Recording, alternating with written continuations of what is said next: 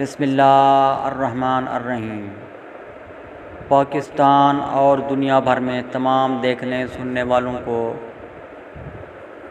खुशियों और खुशबू से मुअत्तर अस्सलामु अलैकुम वरहमतुल्लाहि वबरकातुहू।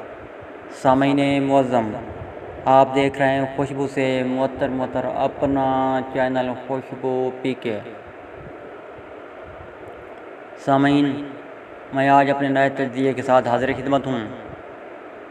जैसा कि आप जानते हैं कि साबका वज़ीर आला पंजाब शहबाज शरीफ इस वक्त लंदन में है।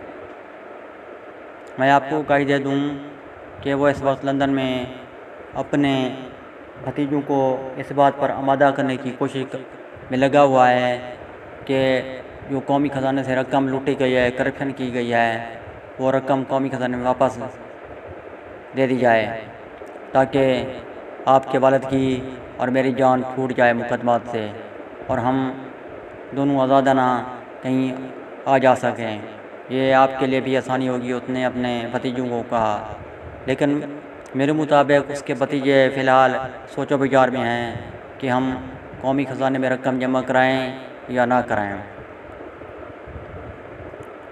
मैं आपको ये भी आगाही दे दूं कि शहबाज शरीफ ने अपने भतीजों को ये भी कहा है कि अगर कौमी ख़जाने में रकम आपने जमा ना कराई तो फिर मैं आपका साथ नहीं दूंगा, मैं आपसे अलग हो जाऊंगा। फिर आप जाने और आपका काम, आप पर जितने भी मुकदमात बनेंगे मैं उसमें हरगिज़ आपका साथ नहीं दूंगा।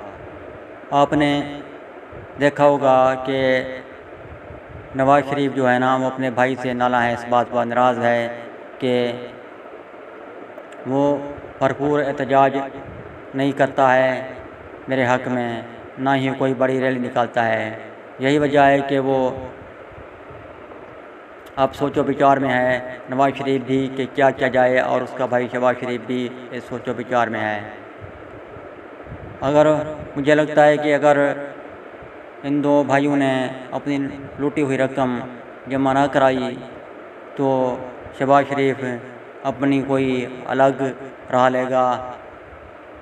वो अपने भाई नवाज़ शरीफ का बिल्कुल साथ नहीं देगा, क्योंकि उसको पता चल चुका है कि हमें जो है ना कोई छूट नहीं मिलने वाली है। सामीने मुअज़्ज़म, मैं उम्मीद करता हूँ आपको मेरा आज का तज़किया पसंद आया होगा। मिलते हैं बहुत जल्द नए तज़कियात के साथ, नई मालूमात के साथ, नई वीडियो के साथ। तब तक के लिए मुझे इजाज़त। पाकिस्तान जिंदाबाद।